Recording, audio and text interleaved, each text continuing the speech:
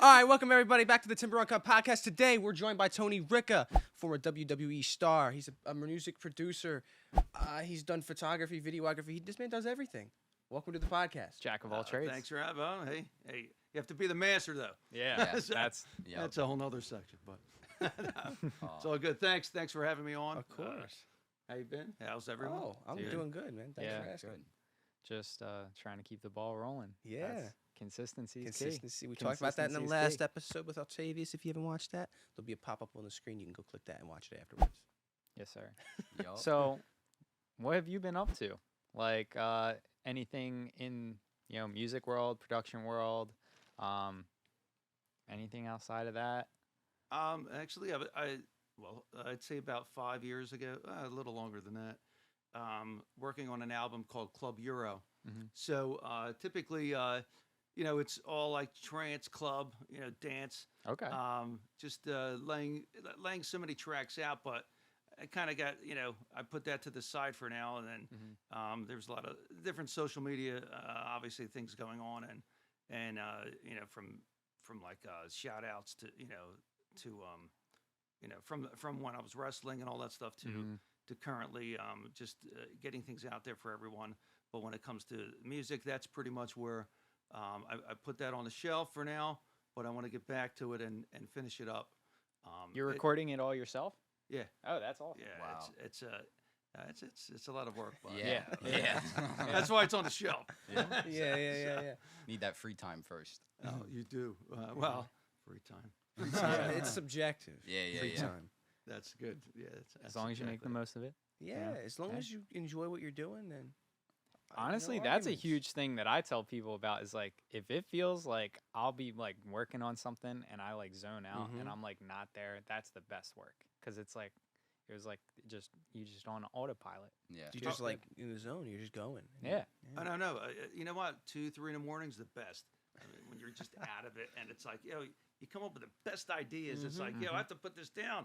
Can't forget it. It's like, or when you're sleeping, you're like, you woke up and you're like, I remembered this. I have to write. If you don't write it down, it's done. Bro, I'll do that all the time. I'll be trying to go to sleep, and then I'll be getting into bed, getting all nice, and then I'll be like, wait a minute, I just had the best idea of my life. I got to get up and like do this or do something. Like it always happens. I swear. Yeah. You do it or that's it. It's lost. It's out.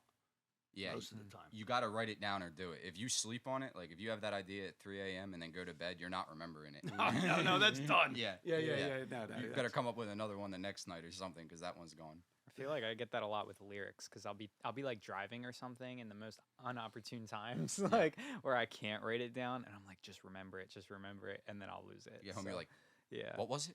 Yeah. So now, do you also write music as well? Yeah, for myself. Like I don't have like a public artist. I did like for a little bit, but I wasn't really proud of the work that I was doing because it was like I was just kind of doing it to get it out there, whereas it didn't feel genuine to me. And that for me, I don't know how, I know Pete's a little different, everybody's a little different in how they write and how they want their art to be, expressed. But for me, if it doesn't feel genuine, it's like what's the point? And I think a lot of people would agree with that, but it's like maybe it's an over critique, but I feel like now I'm making like some of my best work because it's genuine. So now do you lay down the lyrics first, or do you put the music, or do you mix it? Like same thing with you, Pete. Well, So recently, Nick will have a beat for me. I'll come in here and he'll be like, you got to hear this, and I'll be like, okay, and he'll show me the track, and I'll be like, we'll go through a few. I'll be like, yeah, I really like this one, and then I'll just sit there. I'll get a melody going in my head, like, all right, this sounds good to it, and then maybe start adding some lyrics, like what's the tone of the song, what kind of vibe do I want here, if it's like sadder, you got to write some sad lyrics. If it's happier, you got to write some happier lyrics, and then eventually, once there's like a rough draft, I mean, sometimes that's as far as it gets, but well, it's true too. That's what it is. You have so many unfinished songs. It's unbelievable. Yeah. That's the key right there too. Yeah. The unfinished songs. Yep. That are there. They're on the shelf. It's just that they're waiting to get done if you could get to it. Yeah. Or when you decide to. Yeah. I want to get back to it, but recently I haven't been making too much. I do have a ton of unfinished songs. We need an album ASAP. I could release an entire. You could release like you could have 5 albums done by now with Yeah. all the shit you have. Yeah, dude. just unfinished songs. Just- The Well, basement demos. yeah, just yeah. like honestly, I mean, that's not a terrible idea. yeah. I mean, but yeah. How do you do your writing process? Is it you know, Music's first. Music first. Yeah, That's how. Yeah, it's- that's how it kind of Yeah. just. I need the music, and well, the best part is that because years ago I was in a rock band, back in the '80s, say 2000, early 2000s. So I was doing so I was just playing gigs, jamming, and well, I was a drummer, so percussionist, and then I'd sing as well. So the thing was that is like. I don't know. I wasn't even. I don't listen to these lyrics, and I'm like, I wouldn't even get. The cover music that we would do. I was like, they're like, now we want you to do this song and that song. Okay, and then I would just throw whatever words to the. I'd remember some of them, and just throw it. Kind of like Sting in a way. It's like, what did he say? it's like I caught a couple words, but that was it. It sounded good. Yeah, exactly. As long as it sounds good, Yeah. you could just it's fine. Yeah, so that's kind of how I did it, but yeah, music first, and then it's like, usually it's funny. I'd have, one or two friends, different times. They would write the lyrics, and they would just whip them right up. I'm like, geez, man, I can't even do this stuff. And it's like, but then like working on the project, that I put on the shelf, I'm doing everything myself, and it's like, oh man, this is some work. Yeah, and again, it's the time. Is it a sad? But again, it's a club, so it's club music. Yeah. So it's more like there's not a lot of lyrics, but you can throw them in, Yeah. and you just throw the right ones in. That's what you need, and Yeah. you try to hopefully you hit that, and you hit that niche right there. And I would even say that I think, in my opinion, that's even harder than like just flooding a song with lyrics, because still getting a message across after you've cut the fat and all the unnecessary stuff from the song is a lot harder than if you just run through the song, right? A ton of lyrics. I mean, it can work. It does work in some senses, but I think it's harder to write a song with few lyrics and still get that same emotion and message across than it is to write a long, wordy song. Oh, without a doubt, you hit that. Yeah. Hit the nail on the head, because it's like, what? And it was a lot easier when I had my friend, just putting it together. Well, I'm just laying everything down on the keys, and at the time, MIDI, everything, it was just, it was more of a, just lay the drum tracks down. It's like I didn't have to hit the kit or anything like that. Everything was just, all right, I'll program this, I'll do this and that, and it was like, it was so much easier. He threw the lyrics together. I'm like, oh yeah, I can put this here, throw that there, and right, exactly. So it's just it's fun though. Oh, don't you try not to make it stressful. So the idea is keep it fun, and maybe that's why it's still on a shelf, because it's like, all right, I have to put this away for now, and I have other things to do, but then get back to it. So that's where you've been recently, somewhat recently. It's been away for a bit, but that was your most recent stint with music, is working on that project, right? Correct. Yes. So I think everybody would want to know, where did you start in music? You have such a long resume. I kind of want to hear about where you got into the music scene from. Oh, all right. That's a good one. Actually, my sister, I was just I don't know, was I 5? I don't even know. We had a piano at home, and it was funny because we always had to work. We had a bakery, and so we always had to go back and forth to the bakery. Even didn't matter if you were 5 or whatever, you were there. Yeah. But she would get piano lessons, and then I'd sit in the room, watch, and then look what she was doing. I wasn't allowed to get them, so it was like, but it was for her. It was all good, and so I'd look at that. So when no one was, wasn't anyone there, I was like, all right, let me just get on here. Nobody's home. Let me check this out. And or my mother would be home. She'd be doing something, but said, let me check it out. And so I'd start working on the keys there, and then I just start watching what she was learning. Then I would mimic it. I would do it. I would work on that, and then I'd just start figuring out how to work. And this is a piano at the time, so to work that. And then, it's funny because like with the pedals and all that too, it's a little different, on a piano than, than hitting a drum kit. So much different. But the thing was, it really started with the piano, and then I just started writing my own stuff. I would listen to some music, then start playing that, and just everything was by ear. That's kind of how it was. And then from there, I just kept playing, doing more, especially when, no one was around, so because my mother would always like, what are you doing? Stop it. Get off of that. That's your sisters and all that, well, not the piano, but yeah, it was for her, to work on. So, you get next thing you know, it's out of key and, out of tune and, a pedal's broken. Yeah, exactly. What are you working on? But then it's funny because then when I got into, it was middle school, I took, to get out of class, what was it? The middle school band. So they had, actually, it was larger than even like today's high school band. That's how large it was. Yeah. So when I saw like today's high school band, it's like, I was like, wow, where's everyone at? Yeah. So it's like, it's sad. It's disappeared. I couldn't believe it because I remember I was on the bleachers one day a few years back.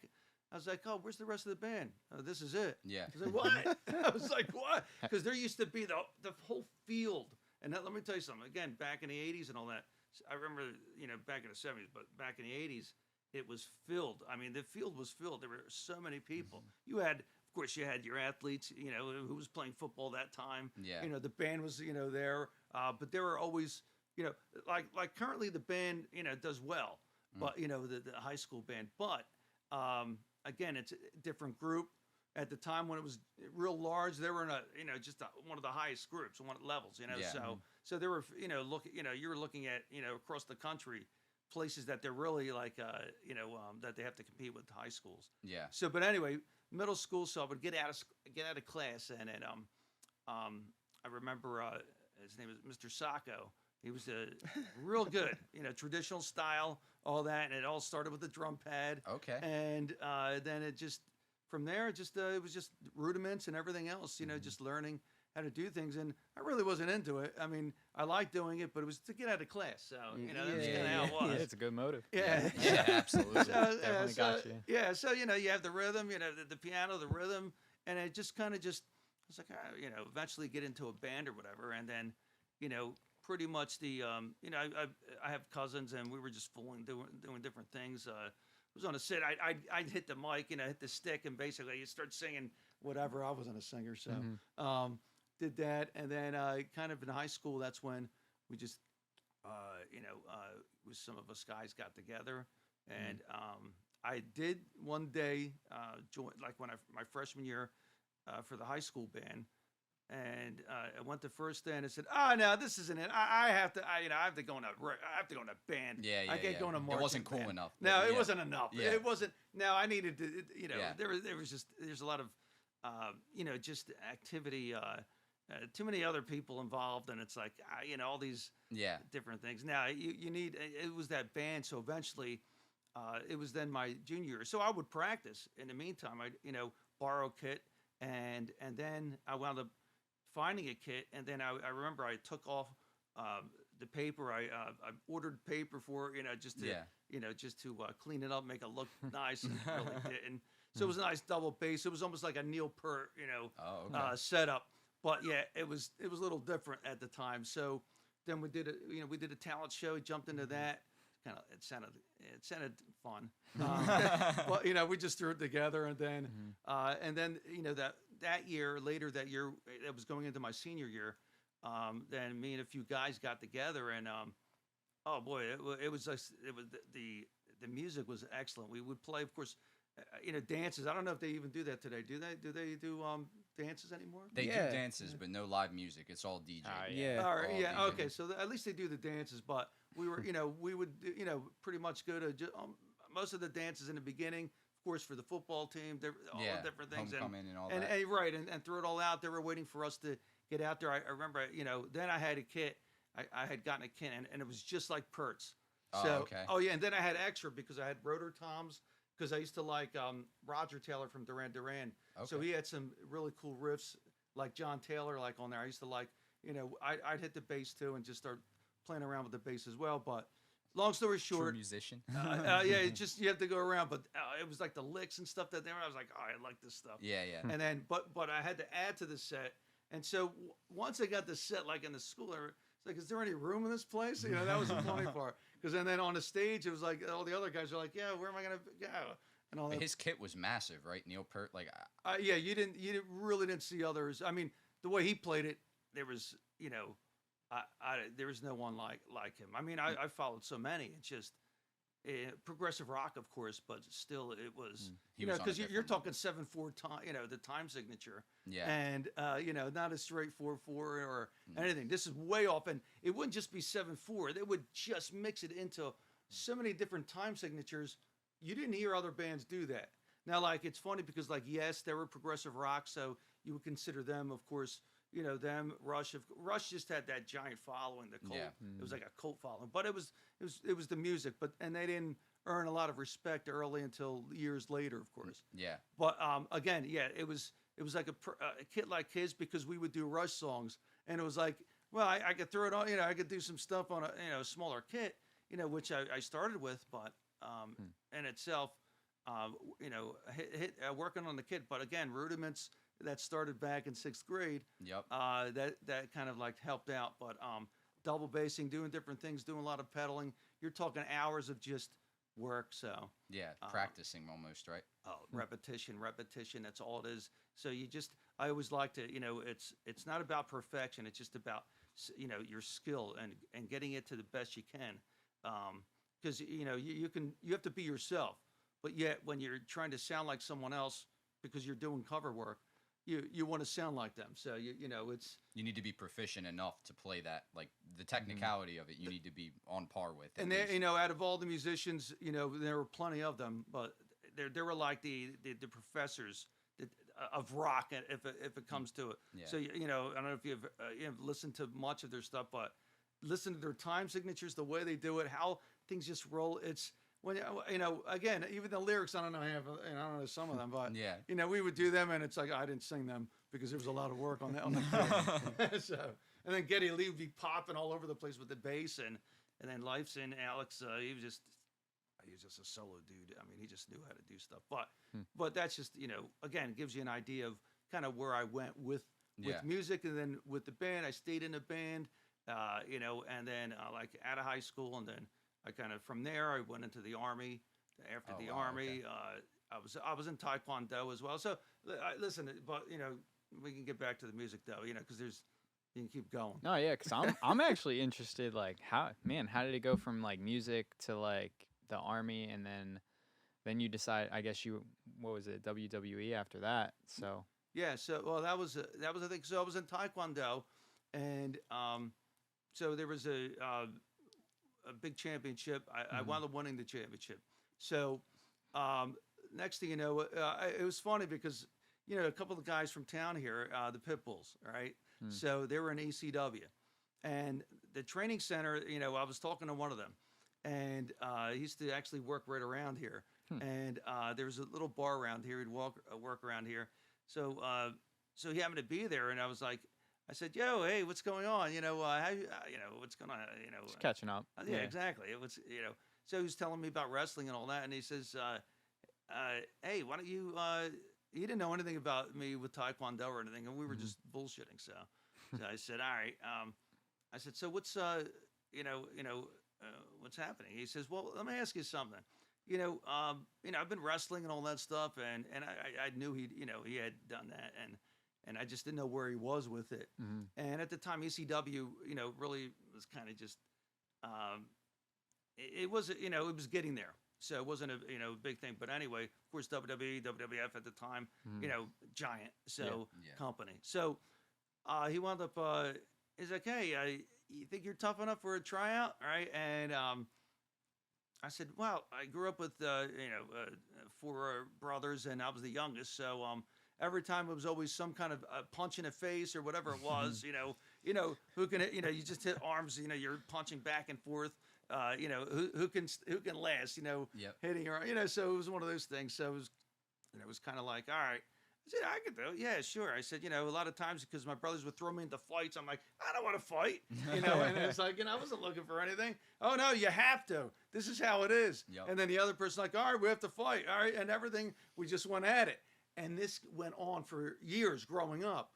So I'm like, I'm in the fights that I didn't want to be in. You're but, a natural fight club. Yeah. Oh yeah. It was my brothers. So I have to thank them for that. Yeah. So I told him, I said, yeah, I think I'm tough enough, but what's it about? So he says, well, I'll take you. Let's go. We'll go up and we'll give you a tryout. I'll talk to the the owner. So I said, all right. And then from there, we set up a tryout. Drove all the way there.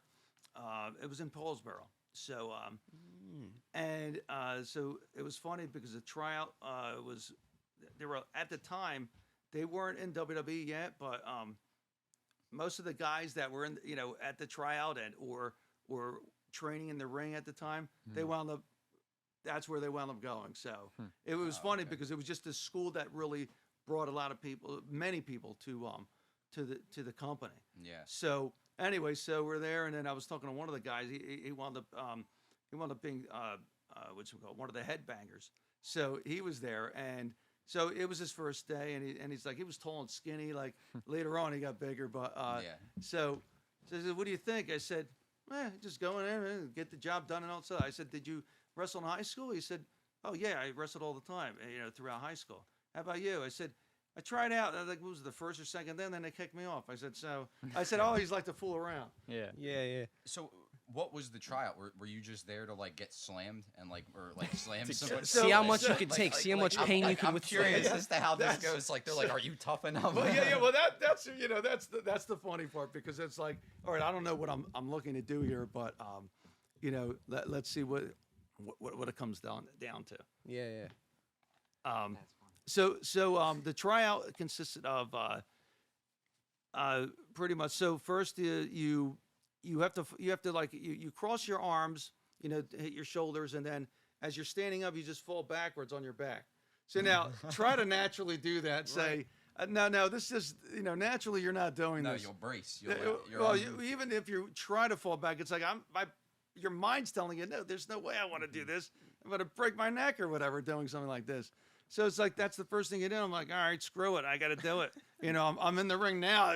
I'm here. Yeah. So I did that, and that's supposed to be pretty much. I would tell you that's like the hardest part of the whole of the tryout, even though there's more to it, of course.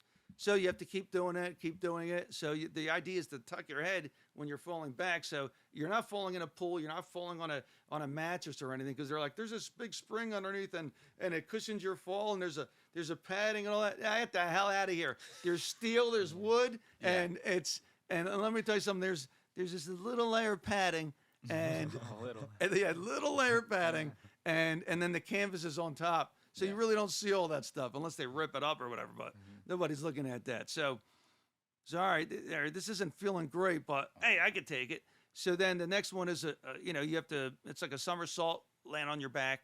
So I did that. And so the easy part, I guess, going to karate was all the different things. Because I was at that time I was growing. So, but early on, I was thin, real thin. And so after that, then it was like a handstand to the turnbuckle, and then you flip back. That was another part, and then running the ropes. People think running the ropes is very simple, and the thing is that when you're running the ropes, you're going back and forth real fast. So the side, so your everything on that side is purple once you're done. It's so bruised, and so really that's the tryout in itself.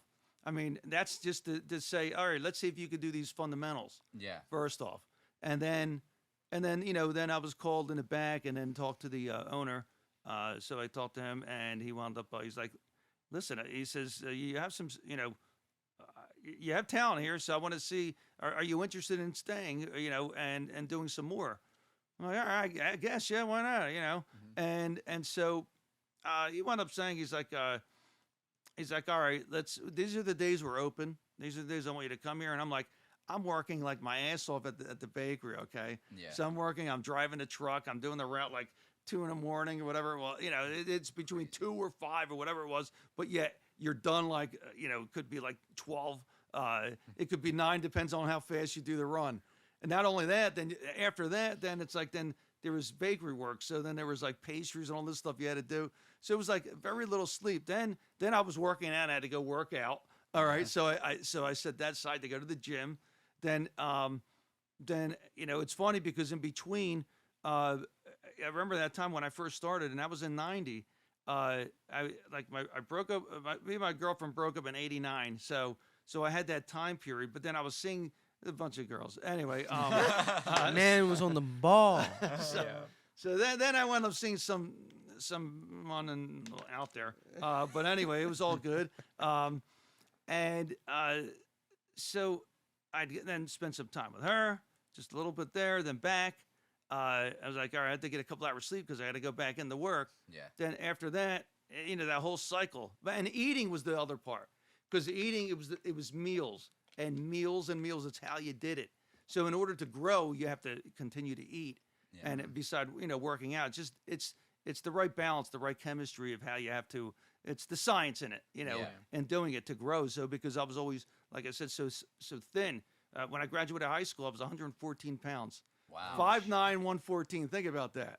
So we're talking about lightweight. Yeah, that is really thin. I actually cannot picture you at 114 pounds because you got wide shoulders. Like right now I'm just like 190, right around that area. So that's all I am. But and I was sick for a while, and I was down to 150 something. But they helped me out with some different meds and all that to see what they can help me out with. They don't know what's going on, but in the meantime, help bring me back, like just get me back to eating and getting more food, because it was hard. I was down to like eating once a day. It was really hard. Everything was locking up on me, tightening up. It was like really crazy. So not to get into that, but it was like within like a month and a half, I put like 35 pounds back on. It's just, wow. It was crazy. It's like you don't do it. Typically, I would say you never do that. But because I lacked so much nutrients and food, in general, just for the system, but everything started filling out again. And we're talking within the last 2 months, because Wow. that's like in the last year. That's why I kind of had social media on hold. That's because I was going through, we don't know what the hell was going on, but it just kept hitting me. But again, yeah, back to like the weight in itself.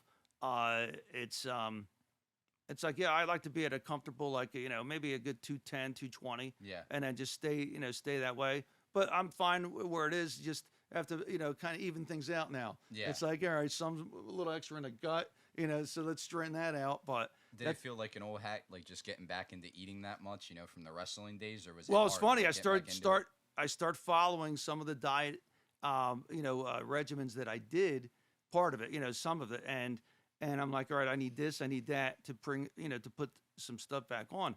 And I have celiac, so that's the best part. Growing up in a bakery, and then you can't have eat any. anything. Oh my God. There's no gluten. That's gotta suck. Yeah, that's the irony in the whole thing, right? Yeah, It's like Oh, that's torture. Oh, that's like, what is this? Especially when I found out like in 2007 or 8, whatever it was. I'm like, what is it that I have to eat? And I'm like, what is this cardboard? It's much better today, but still, it's not like, some good old food. An Italian roll. That's the thing. Growing up, the bakery, the bread was right there. Yeah, that's probably like an Italian's like worst nightmare, worst enemy is celiac disease, dude. Because everything has gluten in it. Like pasta, like you're kind of throwing everything out. It's out. It's like, all right, we have to figure this out. I would make my own bread. I'd use tapioca flour. I would use all the different things. So it's kind of like, then there's rice flour, and so I would experiment with different things at home and bake it myself. So at least I can eat. Eat something decent at least. But decent, that's hard because tapioca is like really, it's kind of spongy and all that. So yeah, for me, I had similar issues where I had to stop eating like white bread and stuff like that. And for a while, I had the same thing. Like when I was first eating whole grain bread, I'm like, this is like cardboard. This is like eating sandpaper. wheat bread sucks. I like it now. It is. I passionately hate it. That's good. Listen, You whole gotta grain fill it not up bad though. It is. whole I'm grain. walking out, man. Because they got like I never got seeds in into it though. I don't like really. that. I can't. Like when I was younger, my mom used to always buy the whole grain bread. I'd bring it to lunch for school, and I'd just be like, man, I hate this shit. Like I don't know. I don't like the taste of it, man. It's just No, it's the same thing. It's the just flavor, like, it's like but it's funny because when you're working out, it's like you have to throw it down. That's it. Doesn't matter what it tastes like. And and that was the thing. Like in the gym, it was like you're working out so hard, you're throwing up. We call it throw bucket. It's like you have to train hard. So you want to grow. I'm not saying to anyone to do that, but I'm just saying what I used to do. And yeah, that was the mindset at the time. Like you want to get big, work out till you throw up, and then keep eating. Well, that's it, right? And you're back in there, and it's like, don't let up. You're rolling around on the ground. It's like, it's like, and then you get back up. You got to do it. Yeah. So it's like you're back to it. So that was kind of just how it was. But I didn't even know through high school. My stomach, it was like everything was just didn't feel good. It was the pains and all that. I thought it was normal. And then, years later, I find out it's celiac, so it was like, and in the 80s, actually, it's funny because I would go to an allergist and they said, oh, you're allergic to wheat and stuff. So we'll give you shots and it'll help you with that. But they didn't say, they didn't look at it celiac at the time. They weren't looking at that. So that was the problem. The shots weren't going to do anything. Yeah. Because since you had celiac, that wasn't doing anything at all. So you just have to stay away from everything, all gluten. Man, and how different so when you were in your wrestling days, what did that diet look like? Like, if you care to explain, like, the diet, pizzas, cheesesteaks.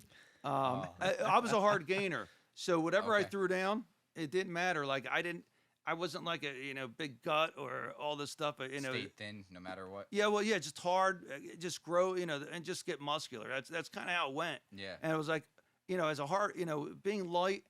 It's kind of how it works. It's like a hard gainer. It's how you do it. You can put it on the right way. As you get older, it's a little different. But when you're younger, if you do it right, the science, is really it's kind of you could simplify it pretty much. And but the experience of doing, setting things up, I could tell you, I wasn't into peanut butter before. I wasn't into any of that. So I would just slap peanut butter with banana on just white bread, and not Italian bread or anything. I didn't do that, right? So I didn't bring it home from the store. Just had the white bread, and I'm like, I'd smack all these sandwiches. I'd eat them down I'd eat them, throw them down whenever, and then in between that, and then I drink milk. Now I didn't realize I also had an intolerance, to milk as well. So I was really beating myself up. So. That's pizza. That's almost all of pizza. You can't. Yeah. So it didn't matter. I was just beating myself up that way. But I'm like, no, it's the calories. That's what I was looking for. Yeah. Because I was burning them off so fast, and that was the part. So the kind of that workout, the mentality was like, eat food, eat more food. That 90s. It's funny because that's when everything's really just shifted into that direction, and if you ever look at like athletes or actually really bodybuilders at that time, they were like bigger, and they were just bigger than what you see today. They're just phenomenal, right? So you can have that thin, nice, muscular look. Not that everyone's thin. It's just you look great. Have that nice. Oh yeah, absolutely, just chiseled and everything. But at that time, you could be still chiseled, but you were big. I mean, these guys are like when I first walked into WWE. Now, I'm 5'9". These guys, I mean, I don't know if the average height was 6'5". All I know is that, listen, and then Andre the Giant was there at the time. So you're he's talking fucking big, bro. Big boy. Okay. Yeah, you weren't. I mean, I remember there's some stories there, but but the thing was when I talking to everybody was they were huge. Yeah. But to get there, the idea is they saw whatever talent they saw in you, what they wanted. So, and what they wanted you to do. So it was kind of like, so you had your angle on what you were doing. And,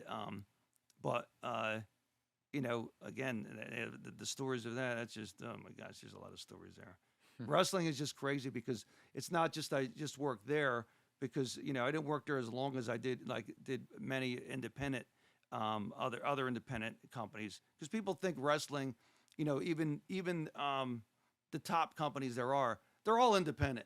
Yeah. All right. There's no union. There's nothing. They're all their own private company. Yeah. So it's all independent. Mm-hmm. It's just that, the independent shows or that are around, they're just smaller venues. That's all it is. Mm-hmm. And then, whether it's contracts or not, it's how it goes. So, it's just, it's a whole, there's a method behind that. And then, from when I from wrestling to promoting and all that, being in business was, to understand so much. It was. You looked at some of these wrestlers, and all good. Like I talk I don't, do some like some of them they like to talk about people, but it's like leave it alone. It's a group of guys. We're all like in the same. That whole same cloth. That's exactly it. This is what we do. Just shut up. It's like, but and then you want to punch their head in because it's like. Well, that's funny because like with Taekwondo, like and everybody, when I'd be in the ring, sometimes, when you're practicing with people, and then they're like, they'll cheap shot you with sometimes, and then they'll do some chops and like certain chops would be different, but they do this open hand like the Will Smith type of open hand smack, right? Yeah. So it was one of those deals, but they would do it to your chest and all that stuff, or your upper part, clavicle area, and then I'm like, all right, you're gonna do this stuff, you whip them back in, oh boy, let me tell you something.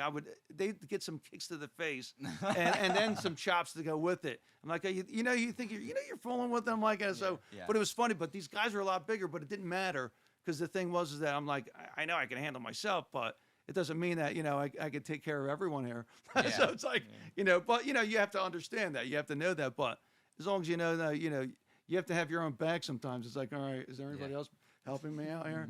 So it was a rough world, like through and through. Like it was, very competitive from what I'm hearing from you. And I mean, hardcore. Like this was like people talk about, oh, wrestling's staged, it's fake. I always said, I'm like, if you get thrown by a man on top of the ropes onto your back onto that wooden, or you said they have a thin layer of padding. It doesn't sound like it when people hit the mat. You get thrown onto your back there. I promise you, that's not fake. Like that feels as real as it ever could. Like I look at that, I'm like, I don't know how guys get up. I would just go to sleep. I'd be like, this is bedtime. Oh yeah, no, people have gotten knocked out, and they're like, all right, we have to change the whole thing with this, with the whole setup here. And but it's the different things because like when I changed from the Tony Ricca to the Pharaoh, when I changed into that, that's when I went to gymnastics to learn how to backflip. Wow. So I wasn't going to be like, there was only a couple people doing it, and it wound up what was it?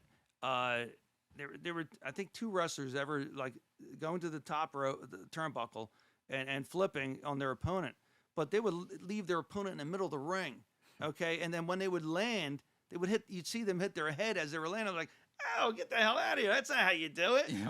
And I'm like, I'm not doing that, but I want to do this to finish my move, so the signature move. So that's the idea. So I went to gymnastics, and there was no ring there or anything like that. So it was an Olympic gold medalist. It was a personal training thing, together session. So then we flipped. I measured the ring. So I said, this is about the height. This is about the height. So we put the mats up, and then we'd work on just flipping backwards and all that. So the first time I ever tried it was during a real match. Oh, I never tried it in practice or anything. So when I first went up, all right, I was going up because the guy, what I did was slam them by. I threw the guy closer to the turnbuckle because everybody threw him in the middle. The 2 people that did it threw the guy in the middle, and like was it in their head, And I was more like, I was like, no, I want the velocity. I wanted to, I need the speed.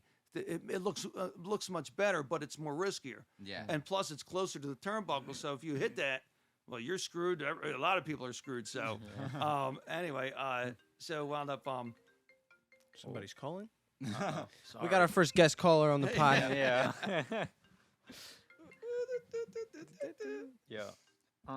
There's been some Lance a freestyle. Yeah. There's been so many beats made with that ringtone. I have to say. There have been so many rap songs that have used that beat in the ringtone. It's unbelievable. But anyway. Oh yeah. Oh no, you're not kidding. I've heard it quite often. I mean, it's everywhere. Movies, shows, everything's like, what the? It's like the ringtone. Yeah, yeah. It's like and I had to have it on, right? So I thought I put it not disturb. Yeah, I think mine's probably on too. Yeah. Let me see. Just And no this one's is calling all me. like Yeah. this is all like pre-internet, right? Or like the internet's just Well, like no, I'll tell you what. I'll tell you what. The internet. I was on the internet in the '80s. CompuServe used to be like they had their own like service, and so it was like the mid '80s. I had a computer. Like my first computer was in '79. It was a Texas Instrument. It was a TI 99 4A. Okay. I just remember this because that's one thing. I'm Yeah. I'm a nerd. I'm a computer nerd. I love it. Yeah. But yet, so I used to like coding different things and all that stuff. So today it might be a little bit different, but I haven't jumped on that lately. So it's a whole nother, I guess, a whole nother ball. yeah, it's another world.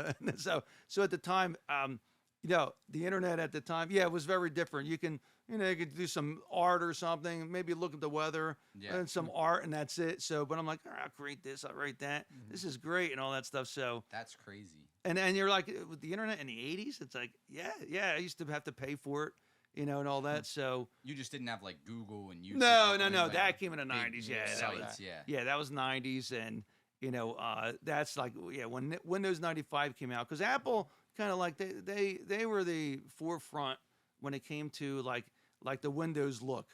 Okay, because how do you think Windows most likely came from? They put everything on the other side, the opposite side, where Apple or Mac, if you look, it's on the other side. It's like, but if you go back and you look at some of the history how things were, Apple was really, they were ahead of, but they had their own software too inside. So Apple was just themselves, where Microsoft would do for any type of PC that you would get. Yeah. So it was, what at the time was IBM, say. Yeah. So so they pretty much that's how that was. So I remember that was my first computer, but then there were other computers then after that. But I wasn't allowed to get it either. So I would barter with my friends and stuff like that, and just different things. And it's like they're like the Texas Instrument in the '79. The guy, he didn't want his computer. He just didn't want it. Yeah, and I was I'll like, take that. I was like, all right, well, what do you need, whatever. And then we figured things out. Yeah. I don't remember exactly what, but we did. Just had to figure that out. But as my girlfriend, but we didn't do that now. But anyway, the net, kind of really, it wasn't, at the time, like with wrestling, no, it really wasn't doing much for wrestling at all. Gotcha. And everything was like, just bare knuckles. That's it. It was just, you just, when you went in there, they either wanted you or they didn't. That's it. Some of the people, it's who you know, of course, and that's how it is with, pretty much everywhere. Yeah. But it's so, but at the time I didn't know jack shit. So it was like, went from there. Then I was asked from,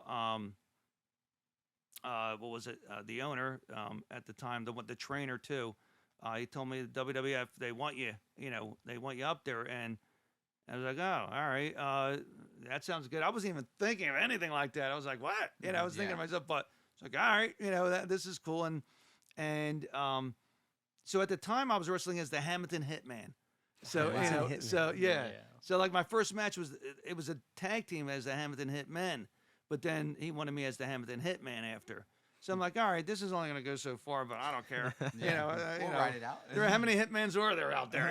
So there was a lot of them. So I was like, all right, that's all right. So that's work with that. So I told him, I said, yeah, you know what, because I remember I was at Ditonado's bowling alley, right? And I'm playing this video game like this guy in the green, and it was whatever. I was like, he was called Kamikaze Ken, and I was like, I told him, I said, listen, I want to be a Kamikaze Kid.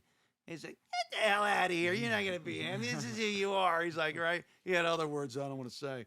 But, I mean, certain words. But anyway, said, you're not doing that. And I'm like, yeah, I can fly off the rope, do all this stuff. Even at the time, I didn't, I didn't train for the flip. But anyway, so he wound up, so I said, all right, that's shot. And I did get licensed for that name in the state because you needed a license, to wrestle. Really? Yeah, from the State Athletic Control Board. Was that for like safety, like in case you got hurt? Yeah, well, like, he was licensed. They were the same with boxing. Yeah, like at matches, it's like, all right, you have to have the crew here, you have to have this one here and that. So they had their committee, that sent to the different places. So whether it was a boxing match, it was that, and then that's how they, even with MMA, that's how they use the same people. But wrestling's out of that now. So they don't need their permission anymore. You can just throw a show on. Gotcha. So it makes it a lot easier. Yeah. So, but so really, when it comes to the what do you want to what was it, the Kamikaze Kid? Yeah, he wouldn't let me use that for that. But then eventually, like when I was wrestling with WWE and all that, then at that time, so it was like in '91, and then finished that out.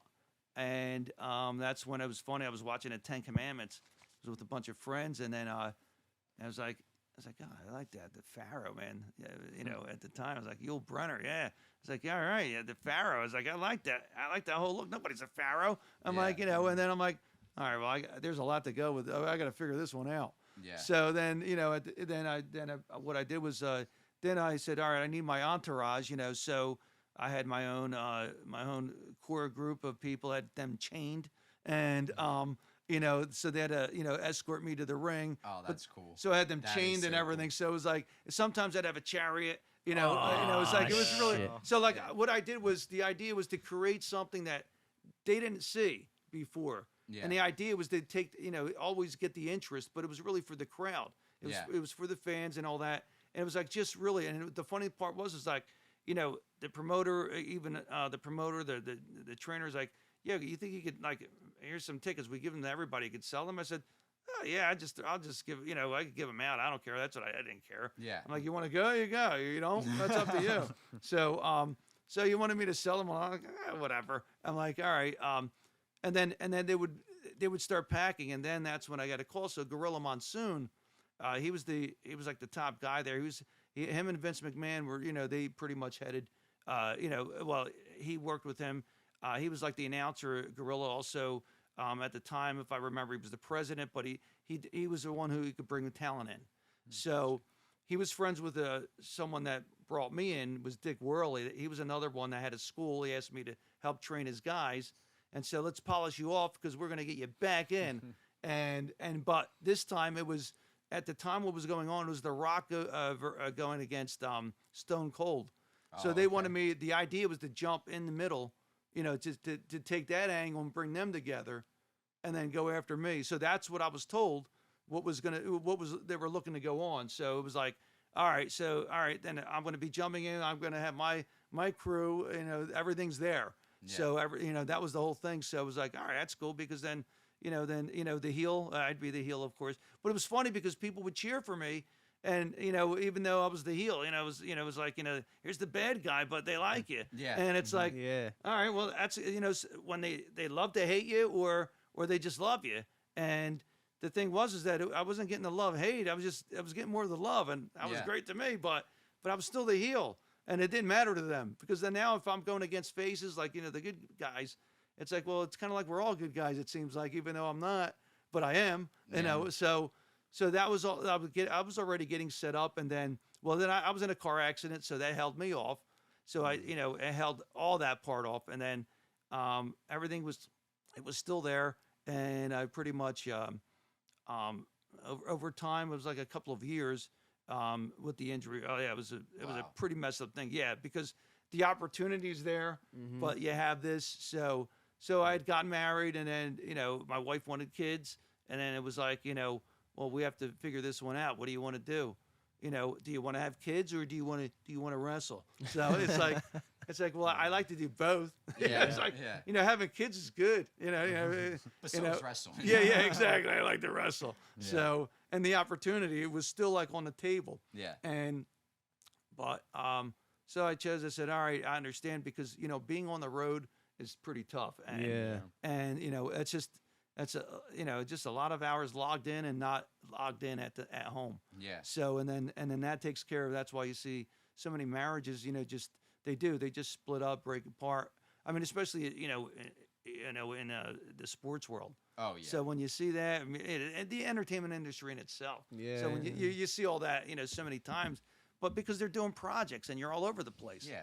So I think to stay at that high of a level, like, especially being in the public eye, like something else is getting sacrificed. Like, you know, if you want to be a big public image, like, a different part of your life's going to pay for that, you know, in time or money or whatever the case is. But, you know, I think you're 100% right. Yeah, you don't have a normal life anymore. When you're in the public eye like that, you can't just go out normally anymore. You're not, you know, so like you can't go out with your kids. You can't, if you do, you got to wear like some like elaborate disguise to try and not get recognized. No, I had a bald head with a tail on my head, you know, the lock on the side of my head. Now they knew me, and it was like wherever I went, so it was like, yeah, let's go to a movie, and oh, there he is, you know, it's like, you know, I'm signing autographs and stuff, and then it's like, you know, it was cool and all that stuff, but after a while, it's like, the privacy's not there. Yeah. Then I had my stalkers. You know, I've never talked about that really, but I had stalkers, and I'd see them, they'd be creeping up to where I'm driving, like, oh, what the freak's going on here? I'm like, that is crazy. Yeah. It was like, you know, it's like, you know, I know a lot of women talk about stalkers, and yeah, they have a right to worry because there's some crazy ass people out there. Oh yeah. But you know, guys too, you know, it's like, you know, we get ours. So it's like, oh yeah. It's like, but I didn't realize that. I'm like, I'd have a stalker, you know, or more. Yeah. And I'm like, what the hell's going on here? I get hang-ups. I get, you know, nobody's, you know, saying anything on the phone. I'm like, this is like the fucking movies. I'm like, I'm like, That's messed up. Just waiting for the teapot to boil. yeah. over. Rapping in a pot, all that Yeah, shit. yeah. It's like, what the hell's this? People are crazy. It's I like, know. but So like, what's a crazy story? Do you have any like crazy stalker stories? Like something that just like really stands out, like something crazy that happened with somebody? all right. That you can talk about. Yeah, I won't use their name. Yeah. I won't use, Yeah, but definitely. yeah, I'll give you a story here. So one time, my wife now, at the time she was my girlfriend. So I said, you know, we were driving, we were going to her parents' house. So I noticed a car following me. And I'm like, all right, what the frick's going on here? All right. And so it was like, all right, listen, just duck down in the seat, put the seat back. And I said, I don't know what the hell's going on. You never know, bullets flying. You don't know what the hell's going to go on. So I'm like, I'm driving. I said, let me just go much slower. Right? So just to see, maybe they'll turn off the road before the house because there was a road before. No, of course they didn't. Yeah. So then they're getting closer to the car. I'm like, what the frig? It was either good. Yeah, you know, you can't slam on your brakes. You're going. I was going pretty slow. But so I said, all right. I said, one of two things. Obviously, they know where I'm going. So, you know, I'm just going to pull in anyway. Screw it. And so I pull in a driveway, and then they were going really slow, and then they stopped. All right. I'm like, okay. Then I said, oh, screw this. I'm pulling my seat back. So I started pulling my seat back, right? Oh my. So God. I'm like, well, let's pretend like we're not here. The car drove itself. We just, You know? it's a Tesla. Yeah. That would have been great. Yeah, where was Elon then? Yeah. But anyway, so little by little, I heard a car door. I was like, oh shit. I was like, all right, listen, I'm just gonna have to jump on top of you if there's bullets spraying. I said, that's the only thing I could do. I was like, you know, we're not getting out of this one. Yeah. And then you heard footsteps, and then they heard the car, you know, the door slam again, like it shut, and then took off. But I didn't want to lift my head up just to see, you know, if they left or not. Mm-hmm. And I was like, all right, well, one of us is going to have to do it. I guess it's going to be me. You know, I'll look. So I was like, I'll look. And so I poked my head up. I'm looking, you know, I'm like, oh, was that the car? It was actually another car then after. They did take off the guy. All right. And it's like, all right, let's get the hell in the house, lock the friggin' doors. Yeah. And I said, and we'll just keep an eye out. You know, I wasn't going to call the police or anything. There was no reason for it. But at the time, it was like, then I knew what was going on and who was it. They just kept following me all over the place. But I'm like, you know, I don't know. And then one time I wound up talking to the guy, and I said, yo, what's going on? I tried to be nice, you know. And how you doing? Oh yeah, listen, you know, I follow you everywhere. I you know, Like, no shit. Well, he didn't mean it literally either. You know, he was talking about wrestling, and I was thinking, like, just like you said, yeah, no shit, yeah, I know you do. I'm like, yeah. How many times I've seen that car this week? I see it in my sleep. What other cars do you have? So at least I know. But so he was like, yeah, you know, I'm just a big fan, and just it was nice things he was saying. I was a little more concerned with. There's the nice part, and then there's the crazy part. So it's like, all right, when's that coming out? Yeah. So so then I figured, let me try to test him a little. So I was like, listen, I don't know about you. I was like, do you ever think of, like when people kind of like just follow you or like kind of like stalk you, So I asked him, and he was like, oh yeah, that's not a good thing at all. Yeah, that's I'm thinking to myself, all right, this guy's crazy now. Yeah. All right, so obviously he's working with me on this one, and so it was more like I said, yeah, I'm not into that stuff. I said, more like, if someone wants to, like, if they're looking to get a hold of me or which anything, try to contact me, there's ways to do it. So like I do have a phone, people could call my number or whatever if they have it, and he goes, oh yeah, you mind if I could get your number? Like, no. I was like, it's like, oh no, he's gonna keep calling. I was like, but if I do that, maybe I'm like, all right, which way do I go with? So I gave him a different number. Yeah. So that was I was gonna say that was the best option. Yeah. So that's what I did. I said, yeah, you keep calling it, and give him your ex-girlfriend's number. That would have been a Their good phone's one. just getting blown up. And then I would have been stalked by her then. And she did stalk me too. Well, anyway, that's another story. But anyway, so then he still kept following a little bit less though. And then, eventually I think over time he kind of got out of his system. Though I'd see him in the shows, I'm like, oh man, this is kind of freaking crazy. Yeah. But that's nuts. But that, that's just one out of, quite a few. But that was kind of the one that's where it's like, other ones were just more like, they just kept showing up, kept coming, and they would follow, they knock at the door, stuff like that. I said, hey, why don't you just talk to me like at one of the shows? I'll see you after the show. I'll sign whatever you bring, some people. I'll sign some autographs, whatever you want. Yeah. And so that kind of worked pretty good with pretty well with others, and except that one, definitely one that just kept. It was, I couldn't tell you. It was like I don't know if you ever saw American Dad, but there was this one episode where you see Roger the alien. He had this limo. He was on a mission to go after all the people that bothered him. I forget what happened in the show, but you see him in a friggin' bathroom with the limo, and then the guy's like in a stall, and it's like you hear the horn, and it's like, oh, and then the car's going right into a stall. But it's like one of those things, like, oh, you don't need this shit. Yeah. But it's kind of like one of those deals that's like, what's gonna go on? What's this guy gonna wind up doing? But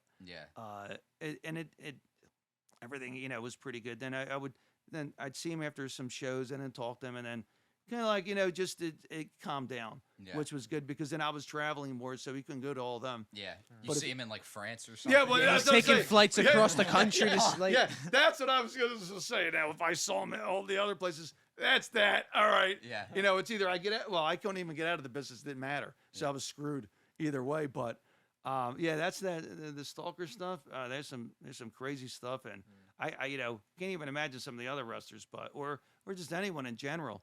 It's a real thing, and you don't have to be in that the industry to be stalked. Anybody, obviously, anybody, and it's for everyone, and it's not a cool thing, man. It's just not. No, it makes you feel real uncomfortable, I can imagine. I don't think I've ever had someone stalk me. I don't know if I. You don't know. No. That's don't know. Nobody knows. You really don't know. And now you got the internet. Yeah. Yeah. Oh, yeah. There you go. People stalk your social media pages. They watch everything you do. That's that's another form of stalking. Yeah. Well, I guess they'll write that in now, and they'll look at well, go after the real ones. If you're gonna do something, find the real ones that are like that, or not just trolling you, but that are pretty, that are aggressive. That obviously, that they've done some crimes. If they're ones that if they're following you day and night, like all around, that they don't have any qualms about. That's just I don't risky understand behavior. why people do that. And for like, it always fascinates me when people like want to follow around or be like, oh, it's a celebrity, like, oh my god, and they just start going crazy. I don't I just don't get it. It's just it's like you're just a normal person. Calm down. No, like, we're all human. Like, I mean, exactly. I guess I don't right? get Are we it. allowed to say that? I don't know. It's like we're all human. It's like but the thing is that we're all the same. And that's it. It's and really it doesn't matter what you do, but I see fans that there's an appreciation out there, and like for with music and stuff, people that like your music, your art, the stuff that you do, and anything that you do, your art, everything that you do, and they appreciate it. They're out there, and it's nice to have somebody that they enjoy it, they enjoy your work, and what you're doing, or so on any scale, really, it's nice, and as you see them appreciate it, you appreciate it that much more, and it's just it's a nice thing. It's a good feeling, but it is the crazy. It's freaking crazy out there, and I'm like, yeah, this is it's pretty cool, but yeah, I'll give you a story with one time in WWE. So I went to go to the bathroom. So in the one of the arenas, there was a smaller bathroom. I don't know where the hell this one came from, but because the other one's a giant, but it just happened to be the area. So I'm like, all right, somebody's using the urinal, so the stall was open. There was only a stall and a urinal, and a sink. But anyway, so nobody was using a sink. So anyway, so I just had to take a piss. So I'm going to the bathroom, and then I'm just finishing up and stuff, and then I see this guy come in, and then I'm looking, and he's just looking over, and it was Andre, right? So it was Andre the Giant, and I was like, "Do you need this?" He's like, "No," and then I don't know how the hell he was about to use the urinal, because that thing, it was like it was to the floor to him. So I didn't stay there to look or find out. I wasn't looking for that. Washed my hands and got the hell out of there. But it's like, that's what I was like. Do you need this? But he didn't need it, and I don't know how you'd fit in it anyway. He'd probably have to rip the thing out just to get in it.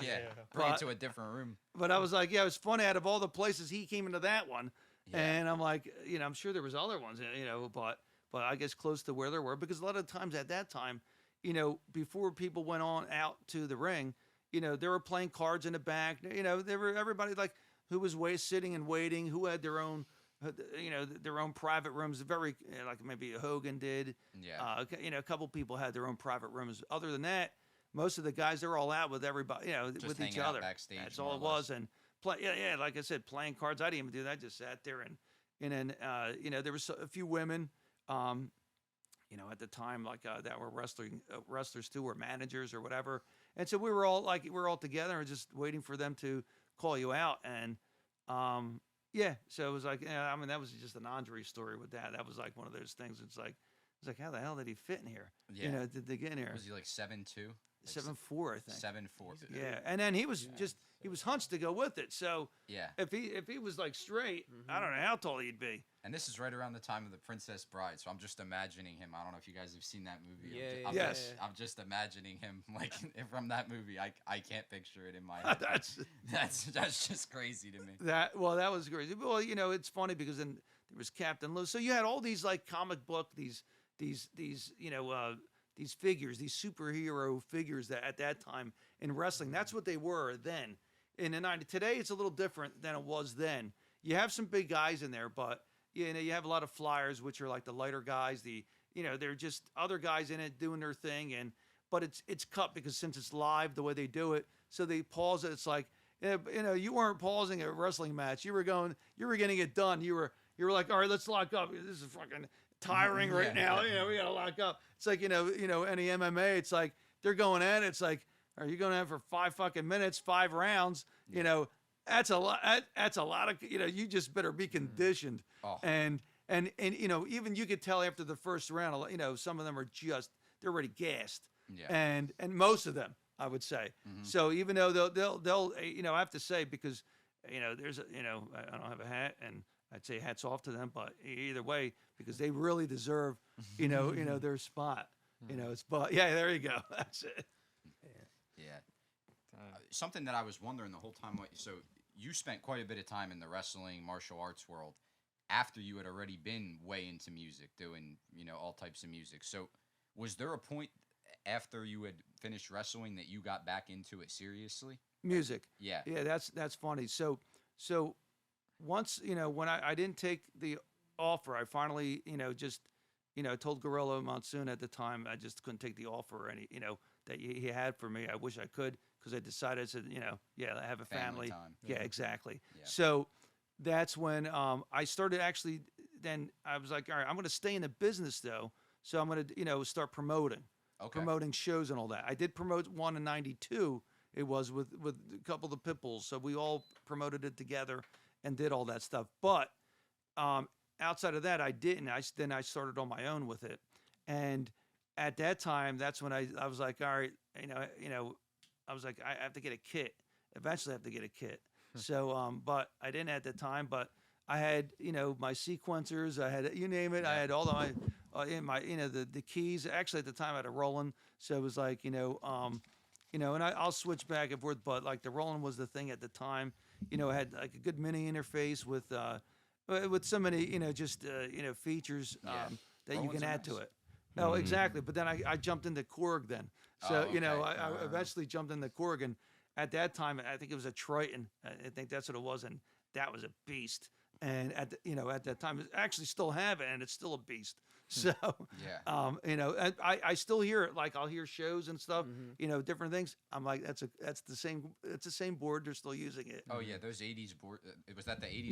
No. This was like a late '90s. It was like So it was like mid to late '90s. This board came out, and when I heard, I was like, oh, I got to get this board. I mean, Korg is like top of the top. Oh, listen, that's what I was like, because I was like, it's like Ping or Titleist, it's like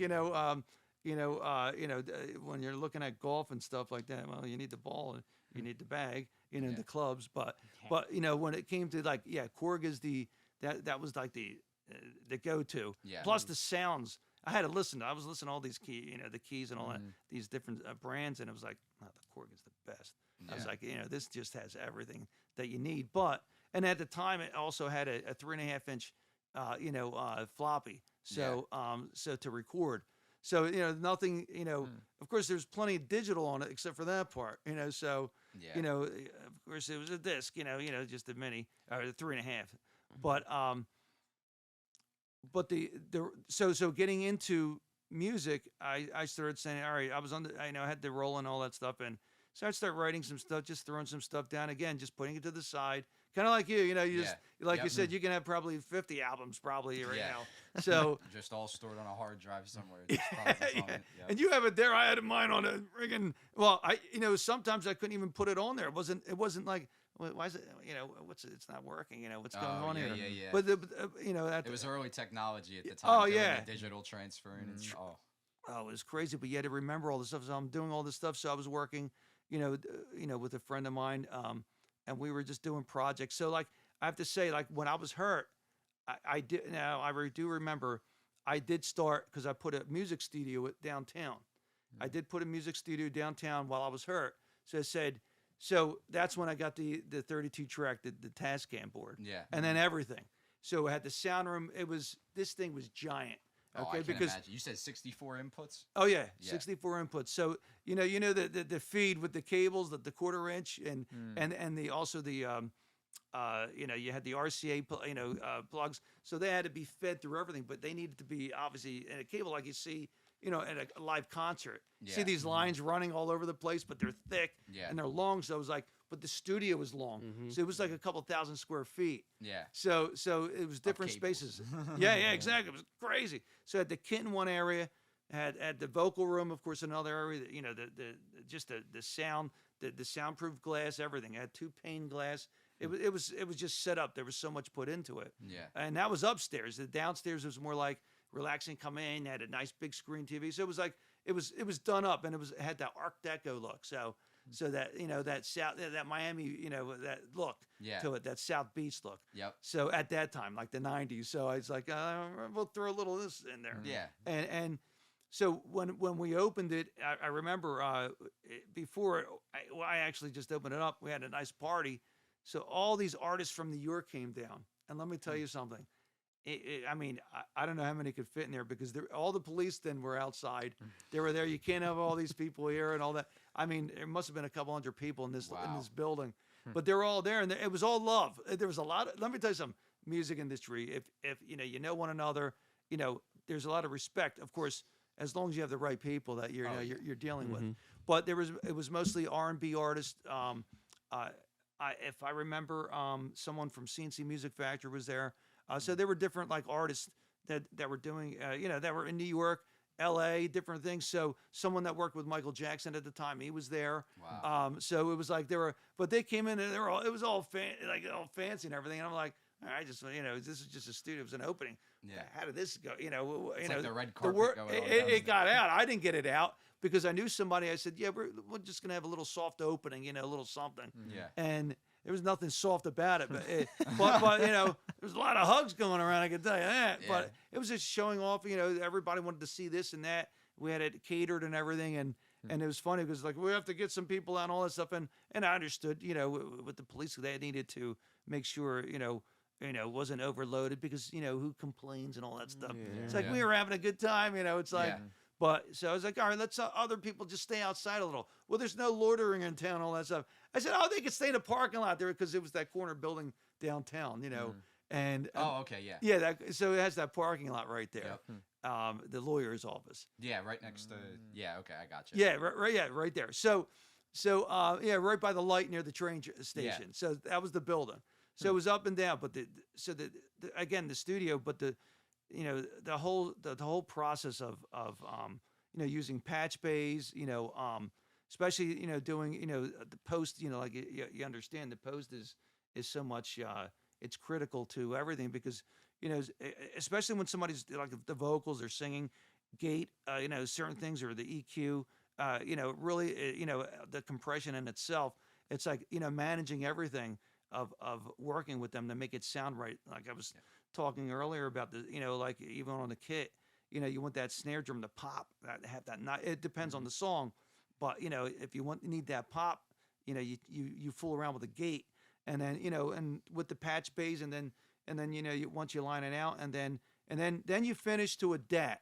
So you ever see a DAT, or it's a digital audio tape. So at the time, that was the final draft. Yeah, the format that it would be. That you need to you're right. So you hit it, send it to the production house, and then they just do copies of, all the CDs going out.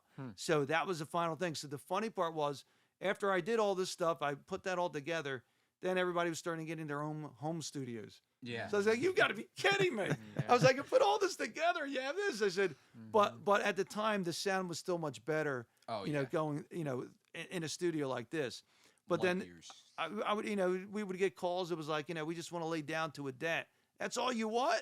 It's like, yeah, we have everything done. Everything, we don't need anything else other than laying to the DAT. I said, all right, well, whatever you need, and it's just how it is.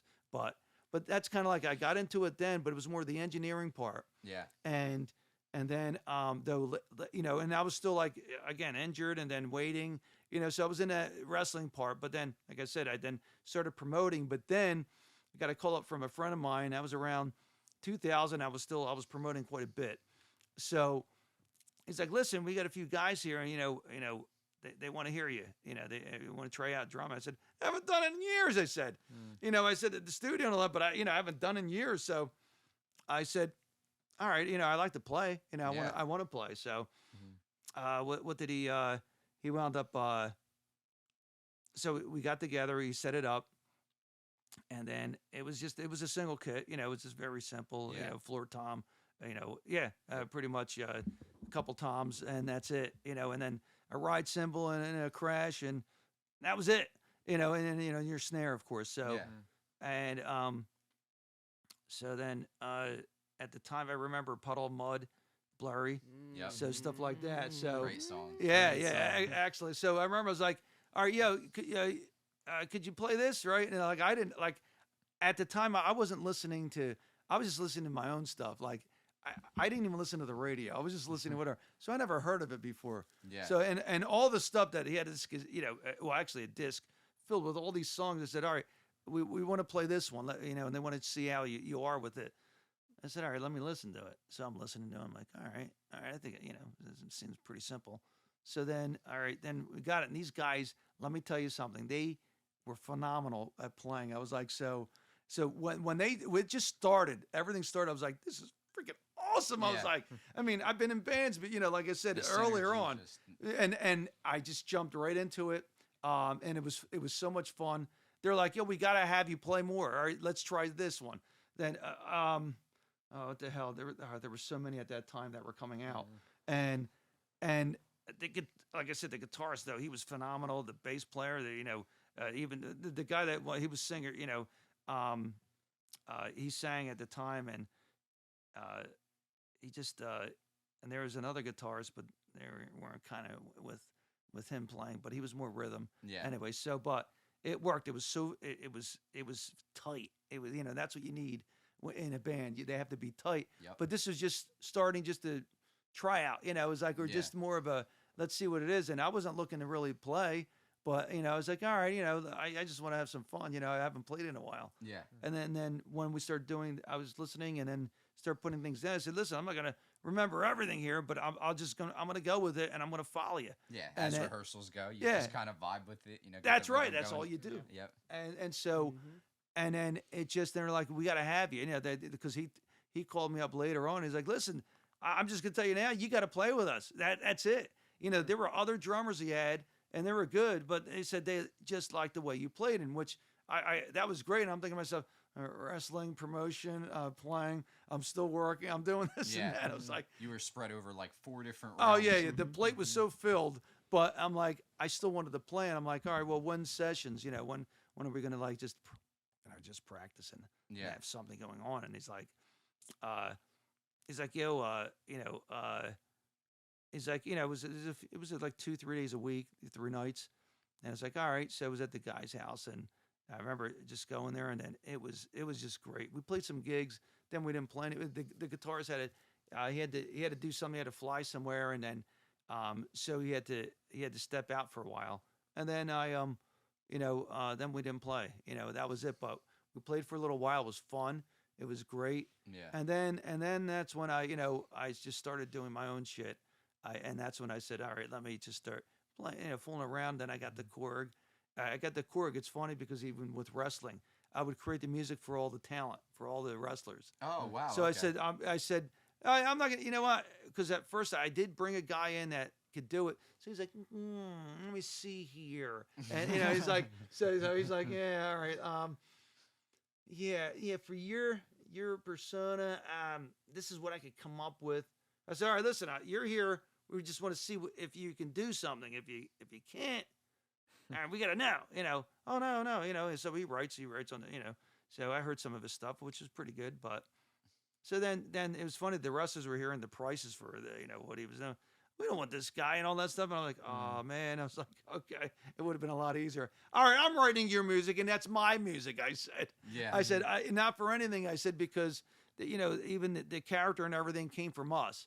Like if you had your own character, that was theirs. But I didn't care if like some of them used the characters we had given them, and it didn't matter to me. There was nothing. I wasn't tying them to anything, so it was easy because they were independent, of course, and doing things on their own. But I did tell them, I said, we're like a tight family here, and we're doing shows. And right now, everybody and their grandmother's doing a show. I said, so they're watering down the market. And I said, these wrestling shows, there's less and less people going to them. So I said, we're going to do a show here, we're going to do a show there, but we're going to hit the areas that haven't been hit. And that's how we're going to bring people in. So we did do that. And then eventually that's when I said, we're going to cage everything in. I said, I'm changing everything around here. And that's when I said, all right. So I caged everything inside. So I was able to cage the fans inside the cage. And wow. So even though it was only a couple hundred people you could fit, all right, but I was like, no, we need the high ceilings, so I had to lift everything, did all that stuff. And, I had to shorten up the ring because I had a ring that I bought. Okay. It was actually in a Rocky movie, one of the Rocky. Oh, wow. Yeah. It was in a Rocky movie. And I was like, and rings are rings. It's either wrestling or boxing ring. You have 4 ropes, wrestling 3 ropes.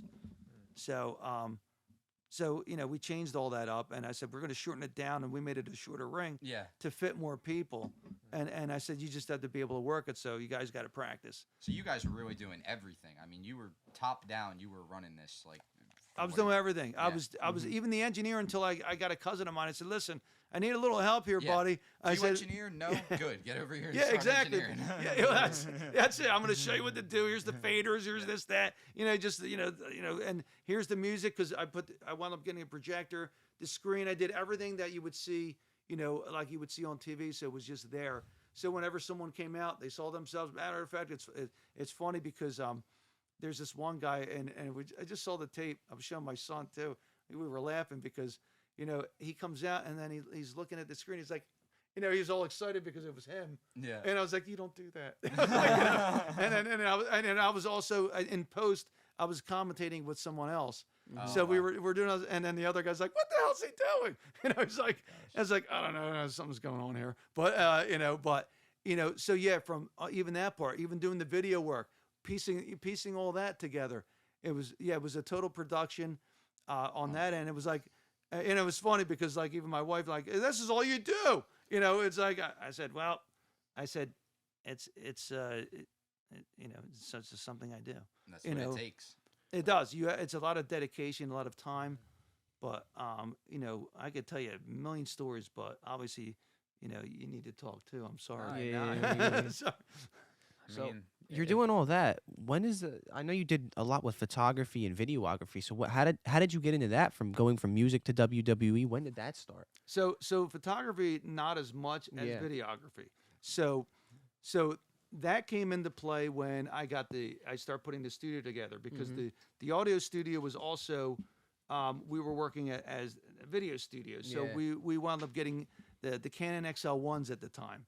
So everything was still standard, it was all SD, standard definition. So it wasn't HD or anything like that. Right. So a lot of the, like the shows that you would see like on, pretty much used these cameras, the production, but the production houses were still using like beta.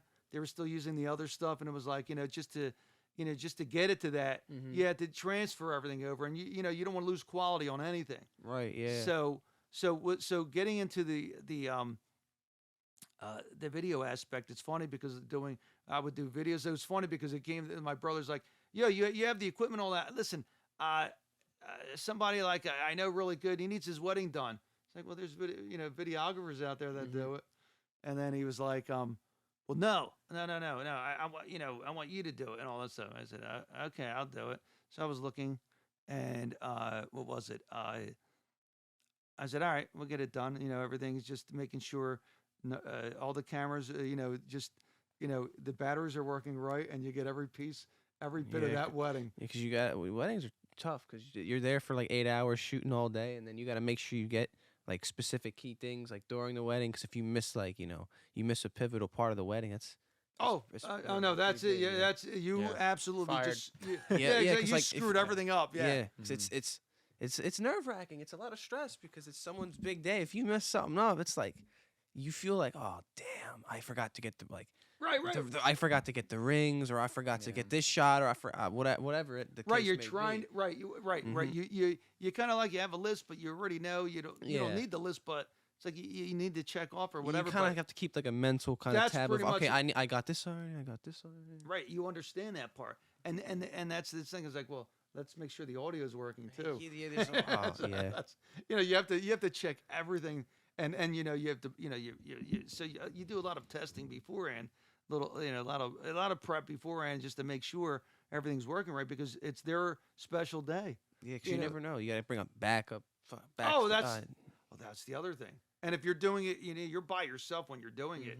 You're pretty, you better have everything set up the right way. Yeah. And then the post is the other part. Oh yeah, because that's a whole other. So then you're looking as like, and you're thinking to yourself, all this footage I have to now edit. Yeah, I have to sift through like 4 hours, a whole 8 hours of this, and I got like 7,000 photos. I got to sift through, pick the best ones, and then edit them. And what just went off? Battery. Oh, whoops. All good. That's good. Well, we need paranormal investigators. That's Oh no. Well, it is an antique shop, and we talk about that when we're here late at night. We're like, there could be some spooky objects. You never know.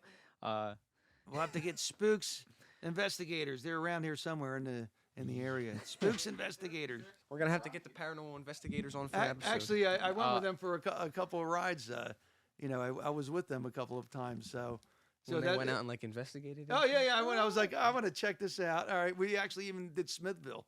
So we even did an area in Smithville too. So they actually were getting quite a bit of gigs in. And so it's like, all right, I'll go with it. Hey, what the frick, And then it was funny because batteries, it was like fresh batteries. And this is like, I'm like, all right. I'm like, all right, what's going on here? And it's like the things, it would just go off, and it's like, all right, what's going on here? Because I was more like the skeptic. It was like, all right, what's going on here? Yeah. And but it was still, it was like, all right, let's look. Yeah. It was like the experience. You're just creeping around yeah. in the dark, like looking through. Yeah, like a- is the stalker there? Yeah. You know, it's like, as a, Probably. You just hear someone like behind you, like, I'm your biggest fan. Yeah. oh, yeah, well, yeah, you don't see them. But Yeah. You He's hear just them. lurking in the shadows. Your alarms are going off on all the tools. You're like, Hey, where are what's they? going on? He's just a ghost that's like, yeah, I'm your biggest fan. Yeah, it's like, all right, I had enough of this. We're out. Yeah. It's like, you know, you can keep it rolling, but I'm out. Yeah. But yeah, so weddings, and I pretty much when I got that, you know, was when I had the studio, so I put that together. So when, like I was telling you that, you know, everybody was running, you know, they're like, just wanted everything just laid off to that, and I was like, you know, all right, so you don't need the engineering anymore. So I was like, well, I can utilize more of the production, the video production, and that's like I was telling you, my brother called me to get this wedding done. And I was like, oh man, I got to do all this work and this and that, and I'm yeah, like, because you're used well, to you like know, the simple whatever they yeah, just it was wanted very with it. easy. Yeah, so then you're okay. you know, and I did like, you know, it's funny because I would do goofy cameo stuff, you know, like, you know, just goofy shit with stuff. You know, I would do with the tape and then just do some edits and stuff and just funny stuff. So, but you know, just you know, these outtakes or whatever for whatever. Right.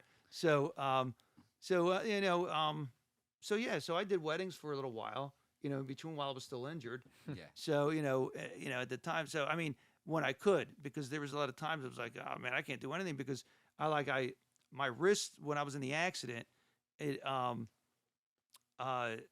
they were all screwed up. I mean, you should have seen the steering wheel. It was like a pretzel. Damn. And yeah, it was like, yeah, it was smashed. The person came out of they just out of nowhere came out of what was it, the street, and I was just on my way home to go eat, and it was not that far from it, and they just pulled right out, and there it was, the accident. Yeah. So it was like, and then it was like a pretzel. So it was, but the thing was is that so my wrists were all messed up. That's why I couldn't work out. I couldn't do this. Yeah. So I wasn't able to. That's why I had to hold up on everything. Yeah. But in the meantime, I you know, You got to work on the other stuff and kind of got to focus on that. Which Exactly. Is, okay, that's Yeah. good. and it was funny because I was going to put a gym up instead of the music studio. I was going to put I was like, all right, well, we're going to get some fitness going here. Yeah. And then it's funny because then when whatchamacallit, when the gym came up here, the gym that bought out every gym. Yeah. When that came up, that they were doing it at the same time, and then I knew them, and I was like, oh, I said, oh, really? I said, all right, well, I guess I'm not going to do that. Yeah. I said, you're going to put quite a bit into this because they said what they were doing, and then actually, because I did a lot of homework and research on it, I said, well, I'm going to show you a couple types of equipment, and it's up to what you do, what you think, what you want to do. And then they decided, like I was showing them, and they said, yeah, we were looking at both of them. I said, well, this one's belt driven, it's new. I said, but it's really smooth.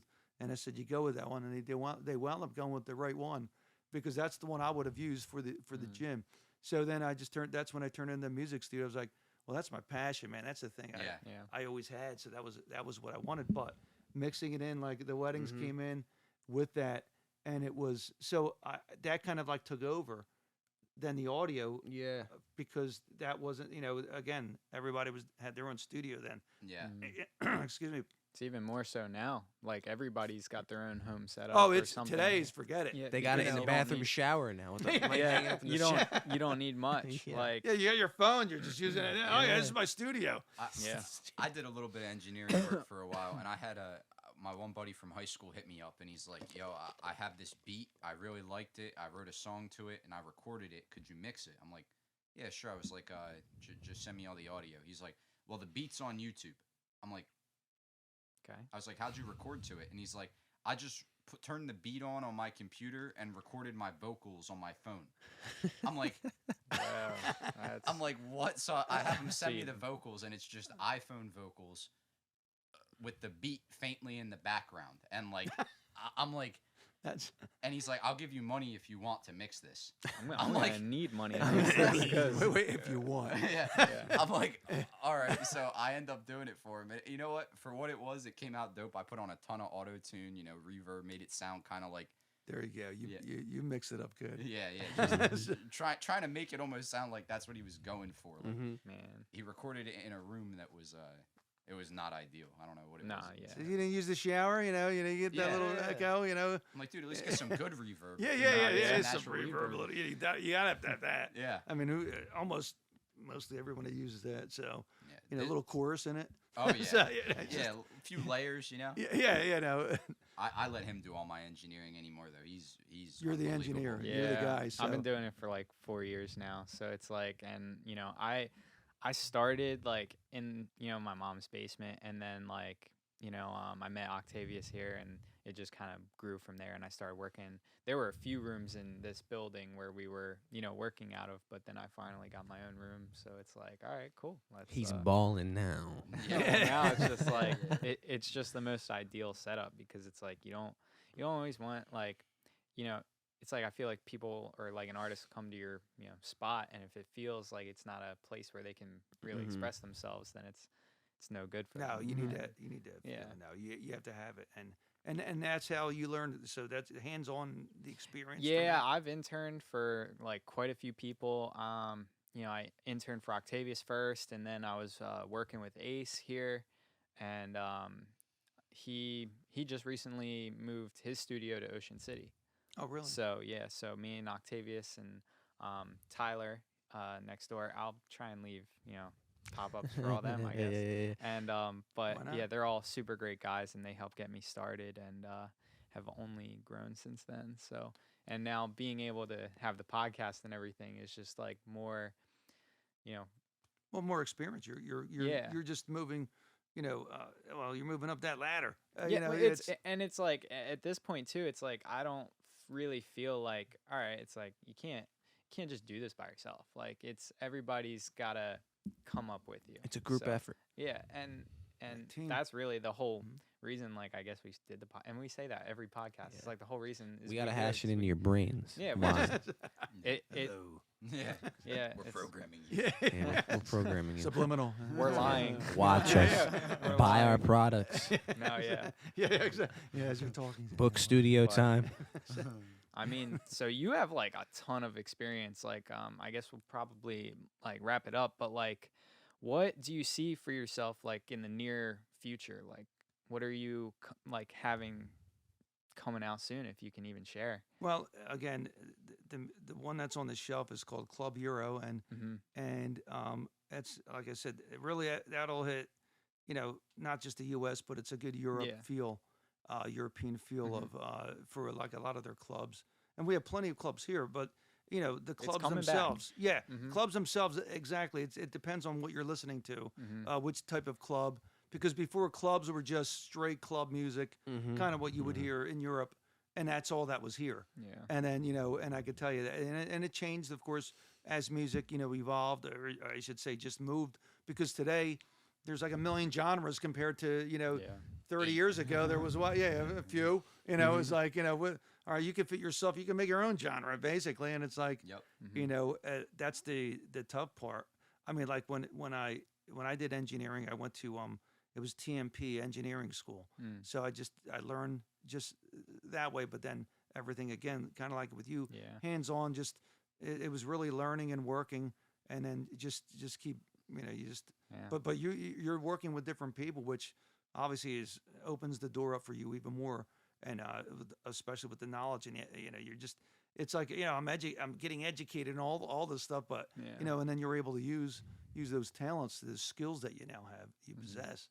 So with it was like Club Euro would be the big thing for everybody to keep their eye out for. But I do like to I like to put crazy stuff together and like ringtones and stuff like that. So so I'm there's a ringtone I was working on. It's pretty explicit and but it'll flow, and like I did this one, and I did it for wrestling at the time, but I just did it because I said, you can use this one in the ring, and then it's called Spanky, 1, 2, 3. Okay, so it's called Spanky, and it's funny because I have it on the iTunes store now. I never like got it out to anybody or whatever. I think a couple people got it. That's all it was, But the thing is, I put it on the iTunes store, and so like we could buy it, like if we wanted to. You can download it. Yeah, there'll be a link in the description. Yeah. All you have to do is when you go to because you need your phone, of course. As it's a ringtone, but it's if you just go onto ringtones, all you have to do is type Spanky. It's a top one, and it's you can't miss it. Is it under your name? It'll say featuring Yo Tony. Okay. So that's what it'll be. Okay. Nice. So it's kind of like so that's. But I was thinking, well, maybe I'll throw some of those ringtones out a little bit more, just to get a little goofy, because I'm gonna eventually get back on, throw some goofy TikToks, up. Eventually podcasts, stuff like that. Some different things. That'd be awesome. But yeah, and just get back online. Get back to the social media now that Twitter is opening up, and And my boy Elon. I gotta give it to him, man. I give it to Elon, man. Open that baby up, let it fly. That's all I can tell you. Yeah. He can make it fly. So I know that. So I think that'll be a force to reckon with, Twitter, because that's a different platform. It's a different type of platform, but yet the way he probably is going to put it together, I can't wait to see it. I hope so. Because I'm pretty sure he'll do something with it. So, but of course you have Twitter, you have YouTube, you have There's too many nowadays. Yeah. Oh yeah. It's like what are you supposed to do? I'm like Snapchat, TikTok. I mean, they're all good. It's for what are you going to use it for? So, I like Pinterest myself, and it's funny because for different things. So because they want me to do some exercise videos on it. So I figured, okay, I'm getting back into things, so maybe I'm going to throw some stuff out. They've asked, so why not? Maybe I'll do something there. Yeah. Might as well. And but again, back to the music though. So something it will be it's more of a ringtone that'll come out. Nice. That's awesome though. No, how few people would think of, like, I think if there's one thing that everybody watching should take away is, like, you have all these stories to tell, because whenever you had an opportunity or an idea, it sounds like you just rolled with it. You were like, you know what? Why not? And I think so many people get caught in, like, should I do this? Should I do that? And at the end of the day, they're not going to have those stories if you don't just go and do it. And I mean, like, you're talking about ringtones, like, who would think of that? But it's something that needs to be done on some level. You know what I mean? It's a market that's there to right. Tap There is into. a market, right? You can tap into that. It's there. It's simple. I mean, and the thing is that just so everyone knows, I didn't have money behind me to do all this stuff. I just jumped into. It was like, all right, hey, some things worked, some things didn't. It's like but that's how it works. You learn. You learn by some things that just don't work. So, and that's it. And then you succeed in other ways. If sometimes you don't even know you were gonna get to this area. Like I was telling you in wrestling, I didn't even know. But and then I got out there, and then even like with the shout out stuff, that the different things, and the personal video messages, and then like I'm on all these platforms for that, and it's like it's crazy, because if I keep everything on, if I have to keep my notifications are off. So if I had to keep them on, you can forget it. All the time. Exactly. So. It's like the only thing I had on was my phone to ring, because everything else, there's no nothing's going on there. So you can check that whenever exactly. Right, and you should, right. For certain things, but. Yeah, so I was gonna say, like, how can people, because I know, like, you reached out to us for the podcast. Like, if people want to reach out to you, like, do they just hit you up, like, on Instagram these days? Or Instagram's like one of my bigger platforms.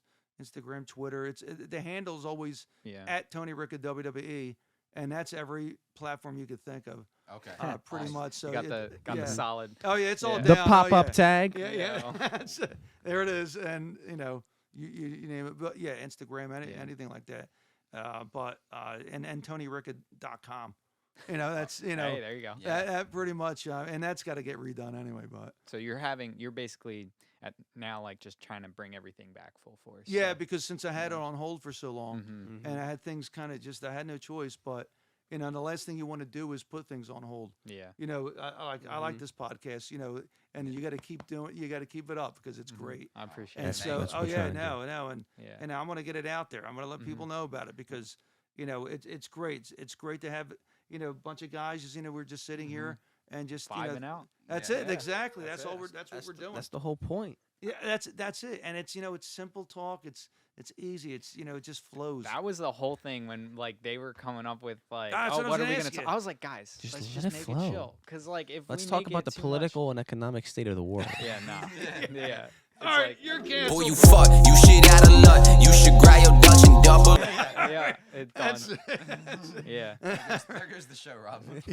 All right, we'll see you next time. Boy, you fuck, you shit. No, Or yeah. actually, never mind. No, we won't. Yeah. Edit it out. Edit it out. But yeah, man. I mean, it's really great having you on, and man, maybe we'll have to check in and We'll like, do a you know, follow-up yeah, we'll episode do in a few follow-up. months, see what's Yeah, going no, on. See what's I going on. appreciate that. No, thanks for having me on. That's of course. I Especially- appreciate it. It was great talking with all of you. I mean, and we're local. We're here. Yeah, You supporting know, the locals. That's Support your yeah. local acts, people. that's it. That's right. And you're saying you're trying to come back full force with a bunch of new social media stuff. So hopefully by the time you come back on for a 2nd episode, you have some of that stuff going, and we'll have even more new content to talk about, new places Yeah, to tell people. new to find, stories. yeah. New Oh yeah, stories. yeah. A few There'll new be ones. stories, Yeah. all right. You don't have to worry He about always that. got them Oh, stories yeah. on yeah, deck. yeah. Listen, that's why I was like, we can have this running all day. We don't want to do a do that. 24-hour podcast. And it's Yeah. like, 24-hour podcast live stream. That'd be something interesting. Yeah, if we can get the camera to stay on long enough. Yeah, we can't keep that camera on for 2 hours. No, that one It would keeps, be that a- one keeps overheating. That's why I keep shutting off. Ah, nice. I don't know why it's doing that this time. I don't know if you ever saw what was it? If you know Jack Sucks at Life. Oh you know, yeah, when yeah, he yeah, did- yeah. He's So a yeah, YouTube so guy. yeah, so he it's funny because he did a thing about cameos. The company that is, and it was like the cheapest rate. So at the time, so what happened is I don't like the money that I get for it. I don't keep. It's not my money. So I don't donate the way they do it because a lot of times you don't know where that money's going. Not saying that they're not doing it right. I'm sure they are. It's just that these other places that it's going, it's how it's done and it's how it's funneled. Yeah. So I don't know. So it's like I'll do it my way. I'll do it the way I need to do it. Yeah. So I know, but I that money that comes in, so I keep the price low, and I know we're wrapping this up, but I had to throw this in here. no. go ahead. Because how this this is so Jack so what he did was he did a thing of like the cheapest prices on like on Cammy or whatever, like, and he wanted to do so he start picking anything, and then he went up. I did not know this, like, because then I was getting hit up a lot, like on my app, and I'm like, I don't know, I don't know some of the people, but then it's funny over time when they get so many from you, you kind of get to know them. Yeah. And they're pretty, it's like everybody's really cool. It's all good. But so Jack did a thing, and then I didn't know I got hit up. I didn't know who he was at the time. Yeah. So then he's like, yeah, do a bunch of yos. This is Jack. Do a bunch of yos. And Do a I bunch didn't of know like yos. this. So I was like, I was like, yo. I was like, and then I'm doing all these different things, saying different things. So it was like a 4-minute video or whatever, right? Because usually they're like 30 seconds, or so people will pay like. $100 some for what, like a 30-second, maybe a minute they're getting. Yeah. Like, oh, that's a ripoff, man. I'm thinking to myself, I'm like, nah, I'm not gonna do that, So what I did was I threw a lot of energy into it, and I'll just go crazy on it. And sometimes it depends on the request. So what he requested, and I was like, okay. And at that time, I didn't really go into full energy mode, but I did give it enough. But I just kept doing the yos that he wanted, and it was just a video he made, and he was like listening to it, and he's listening to it, and it's like, and he had it up there because this thing was going on. I guess he figured it was just going to be a short video, and he's just like, you have to watch it because it's one of those things where it's like, it's just funny to look at because he had an egg and then he shaped it with my head, and it was funny because it was like it's all good because I didn't want you to. This is after the fact though. Didn't want you to, feel, and I said, oh no, it's all good. You gotta have fun with the stuff. This is what you do. I said, no, that was all good, but because the thing was that you saw all these people and it's like all like the different prices, but I kept it like what was it at the time that I changed it to like a $5 price. And I was I'll like real cheap. Yeah. And then, but I would get so many requests. I was like, all right, I got to change this. Yeah. This is because it's going to get crazy. But anyway, so when he did that and he was like, and he kind of like finished the thing with all the yos coming up. And it's like, because he said, it was just, you'd have to hear it because it was really nice of what he said. And because of all the other ones, he was cutting up pretty good. Yeah. He's just letting you know, like, this is what you're getting from that. And then for the $5, you know, and then I'm doing all this stuff. It's like way extra, you know, work, but yet, you know, that's what I do. I don't care. You know, to me, it's fine, and it's really for the people, because I brought my price down. The other part is because people can't afford, you know, you know, there are many people. So I get a lot, not just from the U.S., but from Britain, from Europe, Asia, you name it, Australia. You know, you name it. You go around the globe. It's like I get all these requests, and the thing is that, and I'm on all these different shout out platforms now, or I should say, personal video message platforms, like Cameo and stuff like that. Yeah, there's that. There's Memo, Thrills. There's shout out out of Southeast Asia. You know, there's you know them all. You got them all. Oh yeah. No, I got all these apps going on. It's like, oh, what's going on?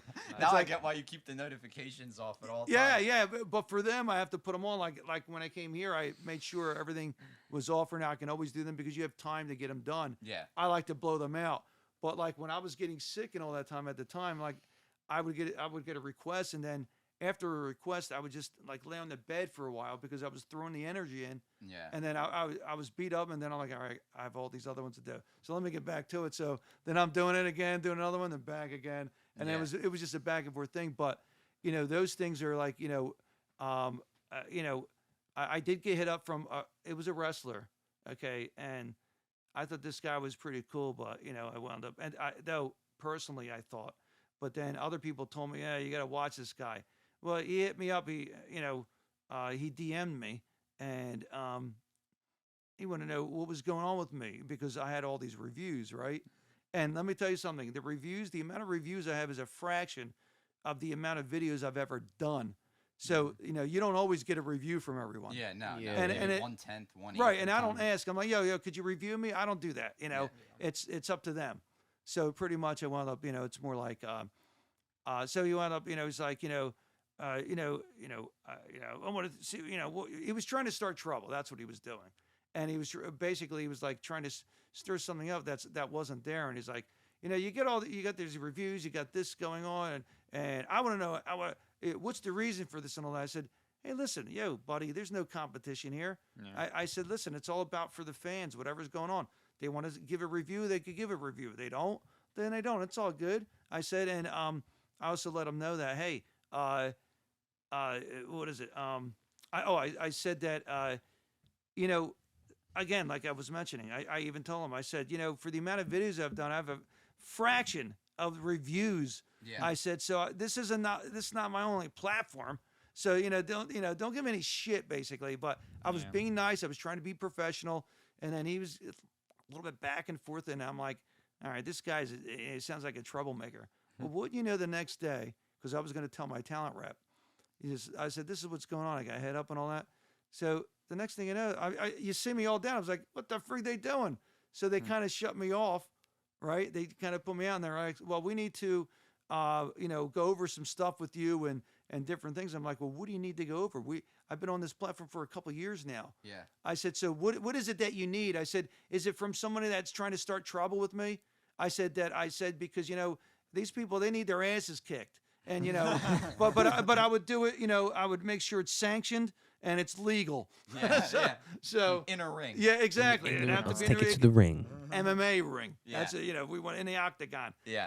because that's actually just then, one round. If you want to go, I don't care. That's the thing. You should set up a boxing match. Do some like boxing, like boxing. Logan Paul or something. Yeah. Set up that's one how of they those. make a lot of money now. Yeah. So that's how they settle feuds. Oh yeah. Hey, listen, I would be all for that, absolutely. But this guy was like being a dick, and I was like, just the way he was going about it, and he was trying to. He came off the way he came off. He was just, he was being, it was just the way he was. He was trying to stir something up. Yeah, and he was bothered because I was always I was ranked on top. I was never featured by them or anything like that. Yeah. So what after they did all this stuff, they needed to ask all these questions and all. I'm like, what the frig? I talked with one of the owners here. We've talked back and forth with different things over the time and all this stuff. And you wanted me on a platform and with all this stuff, to continue to do it. And I tell you, whatever we're doing, this is what we're doing. It's up to you guys. But anyway, so then of course they put me back on. And then the next thing you know, this guy's on top and I'm right next to them. So I wasn't first anymore. So we already saw what was going on. you don't have to read between the lines on that one. Yeah. And what was going on, and that, and then this person's on a couple other platforms, and I see the same thing is going on there, but not dealing with me. Yeah, So he's other not giving me people. any shit. So I said, well, and I even told him, you contact me whenever you want, buddy. And all that. That's how I put it. So I left it. Like I said, I left it professional, but I was like, it was like, acting like a dick. And typically, I wouldn't think the company would stand for something like that. Now, I don't know who knows in a company or not. And sometimes you don't know who's working there and doing these things. So, sometimes things are missed. And it's like, so I'm not going to talk to the owner and say, hey, what's going on here, there, and the other way. So I don't feel like, I'm not going to do that shit. He's like, oh yeah, that's my son. Yeah. That's my son. I didn't realize that. I didn't know you were related. But yeah. So it was one of those things. That was like, you just let it go. It didn't matter. I was like, if this is what this guy wants, it's all up to him.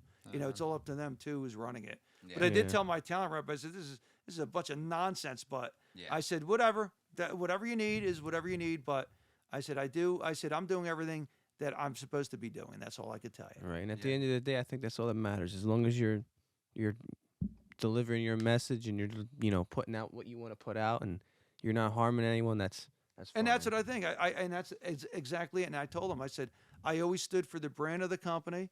I said that, remember, the brand is everything. I said, the fans, I said, every fan there is, I said, I put everything into it, and it's for them because they're requesting it. And I said, I want to give them everything they want. And I said, so, it's all about them too. Yeah. And I said, so that's the main thing here. So it's your company and it's the fans too. So, there's a lot for everyone out there. But the thing is that you have your own fan, you have your base, and the people that want to hit you up. So it's just again, it's one of those things where it's like, you kind of just, it's like, it's unreal with some people, but they're out there. There's always there's always the people out there. And it's like, you would think someone in the business isn't going to act that way. But I did hear things before about the person, but you overlook it. Like even promoting, you want to stay away from certain ones to book because they could be a problem. Just trouble. Yeah. Exactly. So more trouble than it's worth, at least, even if they're a big name or like. Yeah, exactly. It means nothing. Yeah. It absolutely means nothing. You could be the best person. And that's the thing about even a professional wrestler.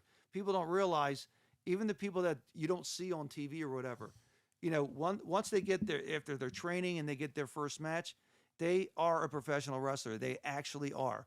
So people don't realize it. You are that. So it's not identified if you were on TV a couple of times or you did this, you were signed up with this or you did that. It doesn't work that way. That's not a professional wrestler. Yeah. An American professional wrestler or a professional wrestler themselves, this is how it is. You had to go through that training, and then you got your first match in. Once you got that in, you can call you are. That's who you are. Nice. Yeah. But anyway, just to not to get off of it's all good. All good. I appreciate you guys. Of course. Thank you for coming on. I appreciate it, bro. Yeah, man. Yeah. And I think that's a great message to leave off on too. It is. With you saying how like you just pay no mind to it, just focus on the fans, giving them everything you got, being genuine with them. And they're the best. They're all the best. I mean, it's funny because sitting here with you guys, it's like to me, I feel the same thing with the fans. You have a connection with them, and it's really good because even like the broadcast here, once it goes out, your listeners, your viewers that are watching,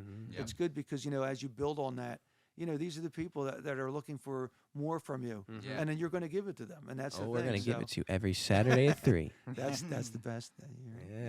All right. Awesome. Well, thank you again. Well, thank you for coming on. Thanks, if guys. you want to book Appreciate Tony, you can book him on Cameo. You can follow his social links. Everything will be in the description. Thank you for being here. Thank you for watching. And we'll see you next episode with another banger. Yo. You fuck, you shit out of luck. You should grab your Dutch and double up. Heard that you been poor, ain't even got a cup. Yeah, I heard that you been poor since coffee ain't been in the cut. Yeah, I heard that you important, but you still ain't getting love. Yeah, I heard that they checking the gram. Heard that you sick of your man. Perfect, it's going as planned. I'll let her know when I land. Still, she ain't